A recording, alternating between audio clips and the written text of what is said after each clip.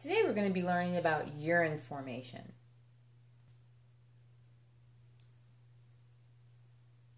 What is urine? Urine is a form of the body's waste. Urine is composed of 95% water and 5% of waste product. But what is that 5%? Well, 0.2% is creatine, ammonia, and uric acid.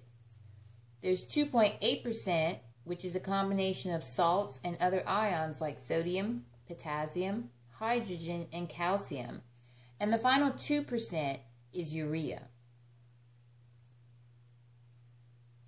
Why is the urine formation process important? Well, the process enables the body to get rid of waste and toxins. Without it, serious medical conditions or even death could occur if the process was ever interrupted or unable to proceed. Where does the process happen? The process occurs right here in the kidneys. The kidney's main function is maintaining the correct volume and concentration of blood and removing waste and toxins from the body. As I mentioned before, the process happens in the kidney, specifically in the nephron. The nephron is a microscopic structure within the kidney that filters the blood and produces urine. There are over 1 million in each kidney. So obviously they're very, very small. So what I did here is I just made a total reproduction of the various parts of the nephron so you can see each individual part. First thing we're going to look at is the glomerulus. Here it is. It is a mass of capillaries that filters the blood under high pressure. This structure around it is called the glomerular capsule. It's also known as the Bowman's capsule. It's a double-wall cup-like structure that surrounds the glomerulus. It's connected to the proximal convoluted tubule. Then that connects to the nephron loop, which has two parts, a descending limb and an ascending limb. Then you have the distal convoluted tubule, which empties out into the collecting duct. So now we've looked at the individual parts involved in the process, now we're going to look at the actual process. The process consists of 4 steps: filtration, reabsorption, secretion, and water conservation. Okay, the filtration process begins right here. Blood enters the afferent arteriole and flows into the glomerulus under a high pressure. The blood is pushed through these tiny capillaries. The high pressure forces the small molecules to pass from the capillaries through the filtration membrane into the glomerular capsule. Blood cells and large proteins cannot pass through the membrane, so they remain in the bloodstream and travel through the efferent arteriole, while the filtrate, or fluid that was small enough to pass through the membrane, flows from the glomerular capsule further into the nephron. Now, the filtration process must be controlled. If it is too high, the fluid will move through the tubules too quickly for the water and solutes to be reabsorbed into the bloodstream. This is monitored by the nephron.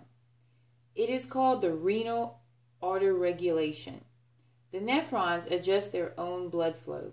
It allows them to maintain a relatively stable glomerular filtration rate despite changes in arterial blood pressure.